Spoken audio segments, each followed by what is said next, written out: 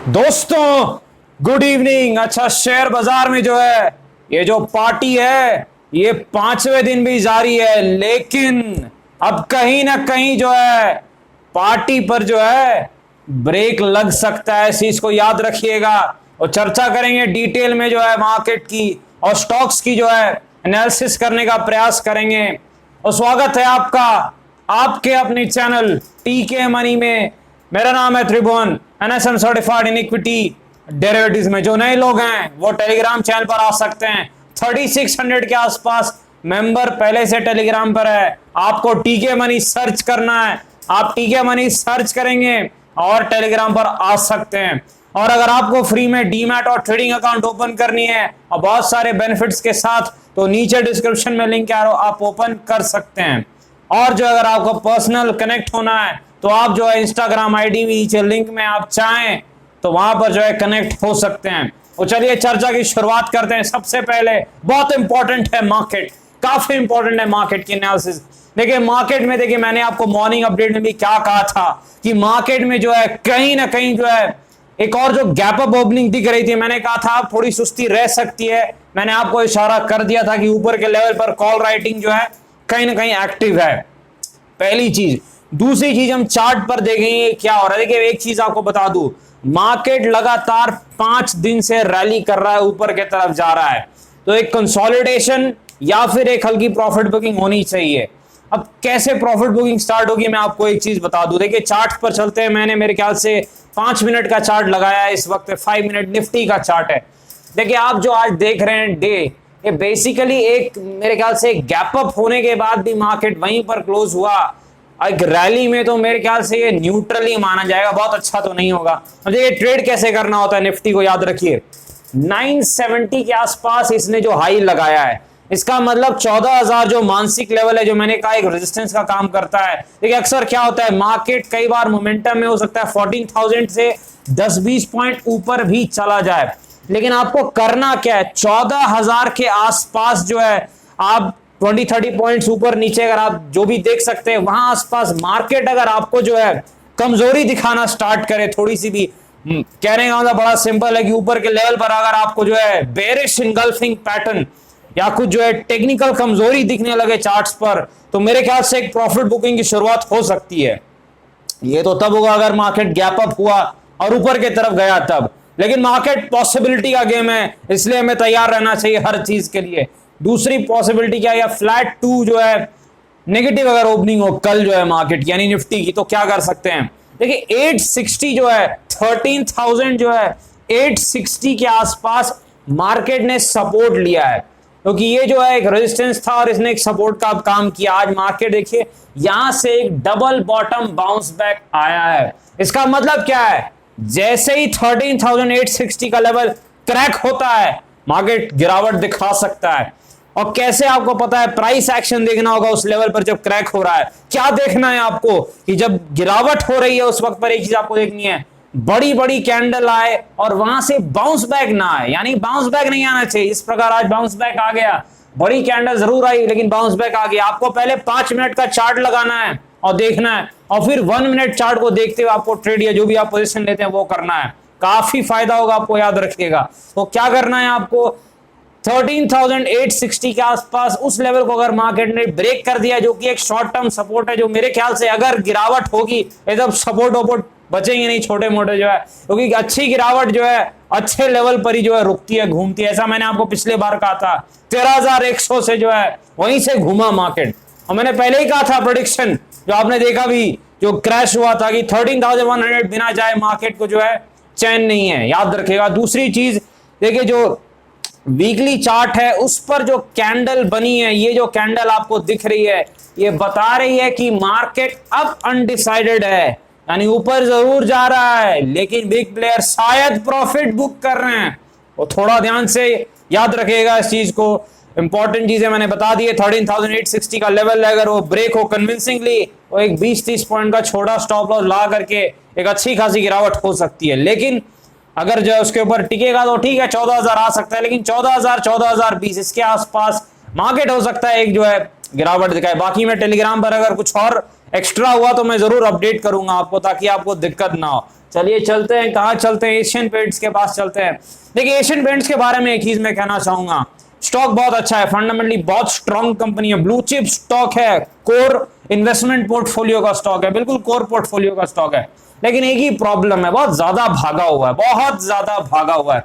इसका मतलब क्या है, देखिए चार्ट देखकर एक चीज बड़ी क्लियर है कि जब तक एक बार एशियन पेंट 2500 के आसपास ना आ जाए, एक खतरा है कि किसी एक दिन एशियन पेंट क्रैक कर जाएगा, बिल्कुल क्रैक कर जाएगा। मैं बता रहा हूं आपको, चार्ट पैटर्न गलत नहीं होते, एक बार इसे 2500 के आसपास जाना पड़ेगा, तभी जो है फ्रेश बायर आए, स्ट्रॉन्ग हैंड्स आए, तभी ठीक रहेगा।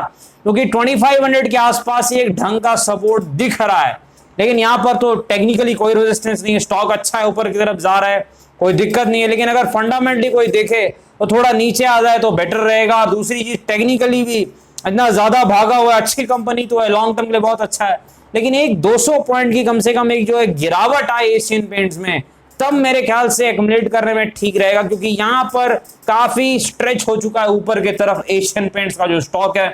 टेक्निकली अच्छा जरूर है, लेकिन देखिए हमें कई बार टेक्निकल के अलावा जो अपना जो है दिमाग भी यूज करना होता है कि भाई काफी भागा हुआ है, और अगर चार्ट पैटर्न लग रहा है कुछ हो सकता है, तो हमें उस हिसाब से काम करना होता है। याद रखें इस चीज को, क्योंकि टेक्निकल एनालिसिस कोई रटी हुई चीज नहीं है कि हम रट करके कर रहे हैं, किताब में लिख दिया तो रट के करना है, प्रैक्टिकल चीज होती है। तो अपना भी जो है वहां पर हम जो है दिमाग का इस्तेमाल करते हैं कि भाई क्या करना है नहीं करना है, हम दिमाग लगाते हैं। इस चीज को याद रखिएगा। स्टॉक अच्छा है, पर एक बार नीचे आके ऊपर जाए तो ज्यादा बेटर रहेगा, क्योंकि अगर यहां से ऊपर की तरफ गया और तो फिर चांसेस हैं कि किसी एक दिन आपको अच्छी खासी क्रैक देखने को मिल सकती है। चलिए आगे चलते हैं।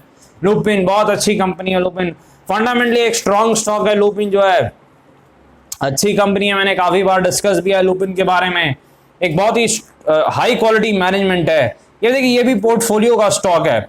अब एक चीज है, लुपिन में हमने जो कहा था 1000 के आसपास का पहला टारगेट, मेरे ख्याल से इसने अचीव कर लिया। आज कहां तक गया है, मेरे ख्याल से 992 तक गया है। और जब ये 850 860 था, तभी मैंने आपको क्या कहा था, 1000 के आसपास लुपिन जा सकता है। लेकिन यहां पर अब फिर से एक प्रॉफिट बुकिंग देखने को मिल रही है लुपिन में।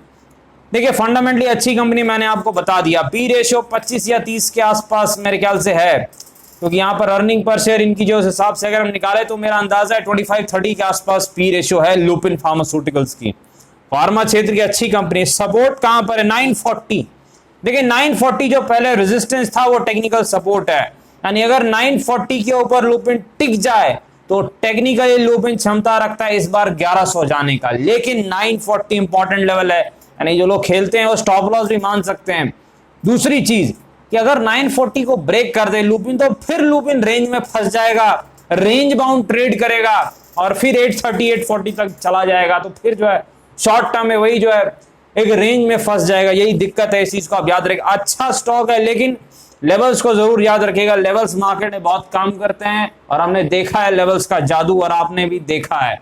एफएसएल्स के तरफ चलते हैं। फर्स्ट सोर्स सॉल्यूशन रॉकेट बन चुका है ये स्टॉक। देखिए काफी सवाल आपके आए थे, फंडामेंटली मैं ट्राई नहीं करता, आपने सवाल पूछा है काफी भाग रहा है, तो देखिए भाग रहा है और इनसाइडर कुछ न्यूज होगी, या तो कुछ न्यूज आउट भी हो, मुझे ना पता हो, तो कुछ न्यूज जरूर थी, इस कारण इतना तेज भागा है। बिना न्यूज के स्टॉक इतने वॉल्यूम के साथ नहीं भागते हैं ऊपर की तरफ।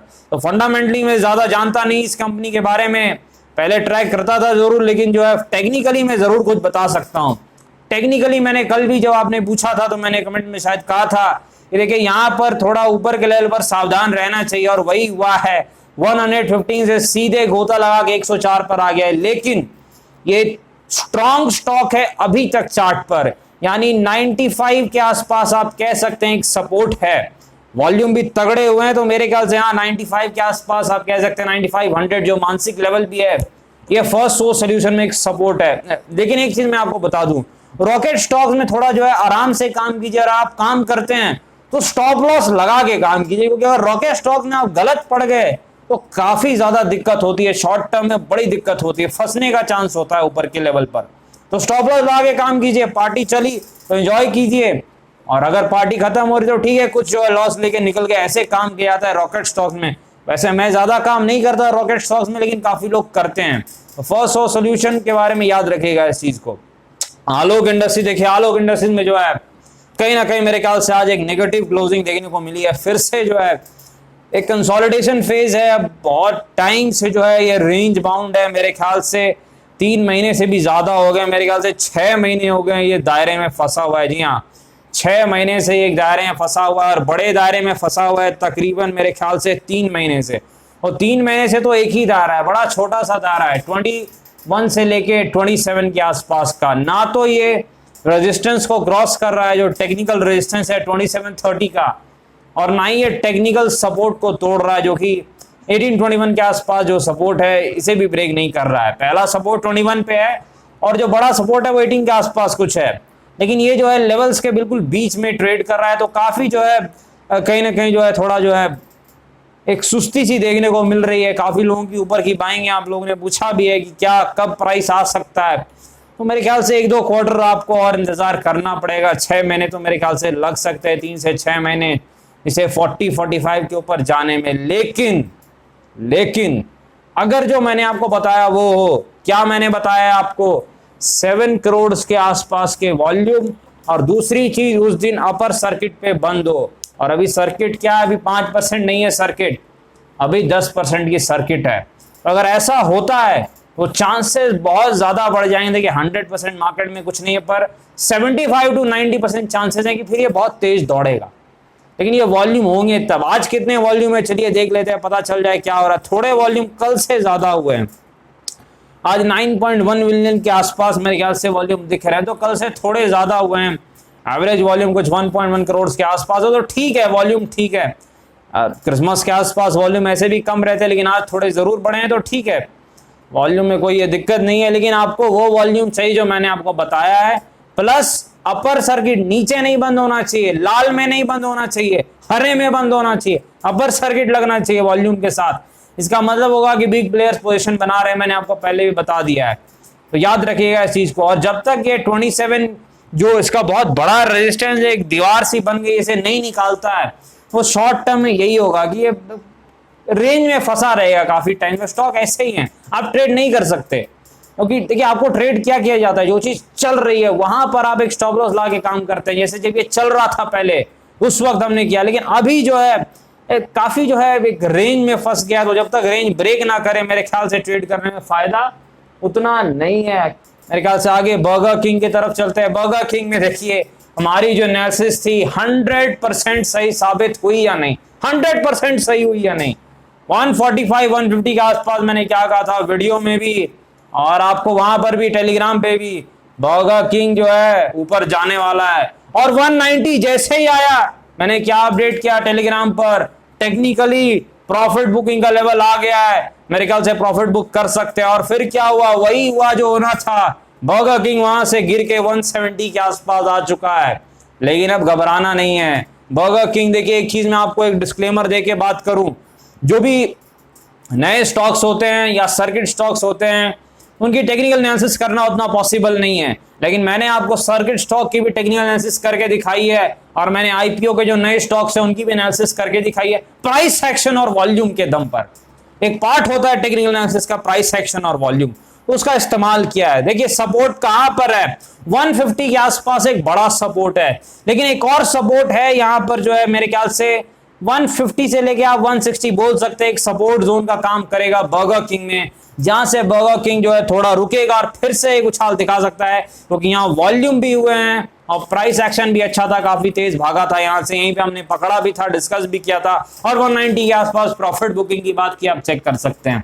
और यहां पर आप याद रखिएगा 150-60 के आसपास मेरे ख्याल से लेवल है जहां ये रुक सकता है, और मेरे ख्याल से पहले रुक जाए तो ठीक है, लेकिन वहां आएगा तब हम फिर से ध्यान देंगे। जेपी पावर की तरफ चलते हैं। जेपी पावर देखिए फंडामेंटली मैंने पहले ही बताया, जेपी पावर को मैं ट्रैक नहीं करता, आपके काफी सवाल आते हैं, पर टेक्निकल चर्चा तो हम कर ही सकते हैं। देखिए टेक्निकली हमें एक चीज देखनी है कि टेक्निकली जो है आपका ये जो जेपी पावर का जो स्टॉक है, देखिए जेपी पावर देखिए आप 3.2 के आसपास मेरे ख्याल से इस वक्त प्राइस है, जब ये 4.5 के आसपास है। मैंने आपको क्या कहा, आपने पूछा था, मेरे ख्याल से प्रॉफिट बुकिंग का लेवल है वहां पर जिन लोगों ने नीचे में लिया है, और वहां से आपने देखा भी एक अच्छी खासी जो है प्रॉफिट बुकिंग आई है जेपी पावर में। अब देखिए सपोर्ट कहां पर है, टेक्निकली सपोर्ट जो दिख रहा है वो 2.7 से लेकर के 2.9 या 3 के आसपास है, यानी आप कहिए 2.5 से 3 रुपए के बीच में टेक्निकल सपोर्ट है जेपी पावर का, 2.5 से 3 के बीच में याद रखिए। वहीं से उम्मीद है कि फिर से ये जो है रुक करके ऊपर की तरफ चल सकता है।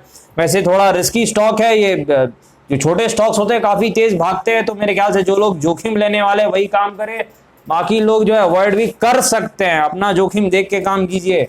यस बैंक बिल्कुल जो है आलोक इंडस्ट्रीज की तरह ये रेंज बाउंड है, बिल्कुल दायरे में फंसा हुआ है। कहने की कुछ खबर भी आ रही है लार्ज कैप में भी शामिल हो सकता है यस बैंक जो है। देखिए यस बैंक क्या है, टेक्निकल बात करते हैं, फंडामेंटल बात बहुत की है हमने, तो टेक्निकल बात मेरे ख्याल से यस बैंक में अब एक छोटा दायरा है 18 रुपए, कम से कम ये 18 रुपए को भी निकाल ले तभी कुछ हो सकता है, क्योंकि ये बिल्कुल जो है रेंज बहुत छोटी हो गई यस बैंक की। 17 से 18 रुपए के बीच में ये 5-6 दिन से टिका हुआ है। मार्केट ऊपर जा रहा है पर ये ऊपर जा नहीं रहा है। इसका मतलब क्या है, कहीं ना कहीं यस बैंक अगर यहां पर आप देखिए 17 के लेवल को ब्रेक करता है टेक्निकली, तो फिर शॉर्ट टर्म में यस बैंक में गिरावट यानी 15-16 का सपोर्ट आता हुआ दिख जाएगा। और अगर 18 के ऊपर चला जाए तो 21 के आसपास प्रॉफिट बुकिंग है, क्योंकि 22-25 एक बड़ा रेजिस्टेंस है, तो प्रॉफिट बुकिंग का लेवल है 22-25 के आसपास। 15-16 के आसपास पहला सपोर्ट है। यस बैंक तो डेली डिस्कशन में रहता ही, जब सपोर्ट आएगा डिस्कस कर लेंगे, टेलीग्राम पर भी डिस्कस कर लेंगे, हमने पहले भी किया है प्रॉफिट बुकिंग के बारे में भी। 12-13 के आसपास जो हमने कहा था कि ये काफी तेज भाग सकता है और वहां से भागा भी, ये भी डिस्कस हमने किया है। दोस्तों डिस्क्लेमर आपको पता है, वीडियो एजुकेशन और इन्फॉर्मेशन पर्पस के, कृपया अपने फाइनेंशियल एडवाइजर से बातचीत करें, कोई फैसले बाजार में काफी जोखिम है, ध्यान से काम कीजिए। धन्यवाद।